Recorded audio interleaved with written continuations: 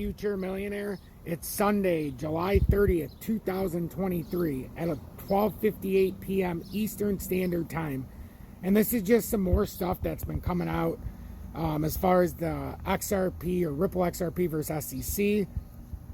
And this is Johnny Deaton once again talking. So I wanted to play this because he makes some compelling arguments here, talking about how the SEC prioritizes corporate capitalism over investors, and I don't think there's any dispute there, especially with what the SEC's been doing as a whole with the crypto market and just in the trading sectors as a whole over the decades. But this is some more information. It will keep you up to date. There's going to be a lot of information that I have to give out today. I'm trying to separate it and space it the best I can, and I like to put out these news stories one by one just so that it doesn't get kind of fumbled over. So if you take the time to watch all of this, you're going to advance your education with XRP. You want to have the knowledge and not play the victim, so you want to be a winner. So we have the winner's mentality here. So let's get to this. Pro XRP lawyer claims SEC prioritizes corporate capitalism over investors. And if you appreciate this, make sure to hit the like button and consider subscribing to the channel, as we went over 17,400 subscribers today. It's unbelievable. So Johnny Deaton believes the unequal treatment raises concerns about the regulatory body's effectiveness and fairness, as well as the overall framework for digital assets. So I'm going to hit play so you don't have to listen to me. I'll rest my voice, and it's 2 minutes and 52 seconds.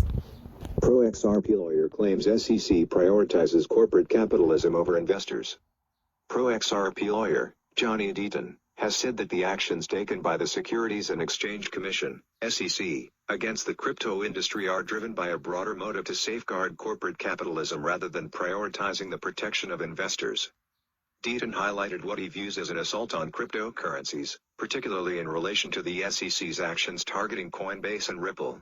In his remarks, he touched on several aspects, such as the accredited investor rules, the SEC's approach to regulating cryptocurrencies, and its position concerning retail investors in the Ripple case. On X, Deaton expresses his conviction that the United States operates within a framework of corporate capitalism rather than a genuine capitalist system.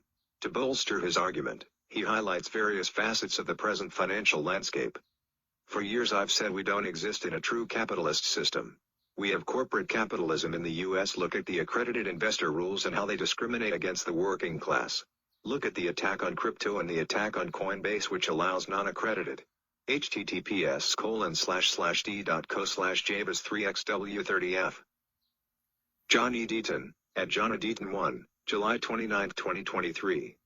As per the legal experts' analysis, the SEC's allocation of limited resources towards Section 5 cases and its focus on targeting the secondary market on exchanges, instead of addressing fraud within the crypto space, indicates a misplacement of priorities.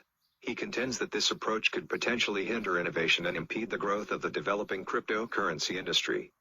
Additionally, Deaton highlights the SEC's opposition to retail investors participating as amici curiae, friends of the court, in the Ripple case. With this stance, Deaton suggests a reluctance to consider the views of retail investors, further solidifying the perception that the regulatory body may prioritize the interests of larger financial institutions over those of individual investors. Deaton highlights a major concern about a perceived double standard in crypto regulation. He criticizes the SEC for not engaging in dialogue with proactive entities like Coinbase, while SEC Chairman Gary Gensler had multiple meetings with Sam Bankman-Fried, the former CEO of FTX, an offshore crypto exchange facing allegations of defrauding users. This inconsistency in the SEC's approach troubles Deaton. Related, blockchain could save financial institutions $10 billion by 2030, Ripple. The unequal treatment raises concerns about the regulatory body's effectiveness and fairness, as well as the overall framework for digital assets. The SEC's differing approach to various players in the industry could impede the growth of innovative startups while potentially favoring more established entities. Magazine,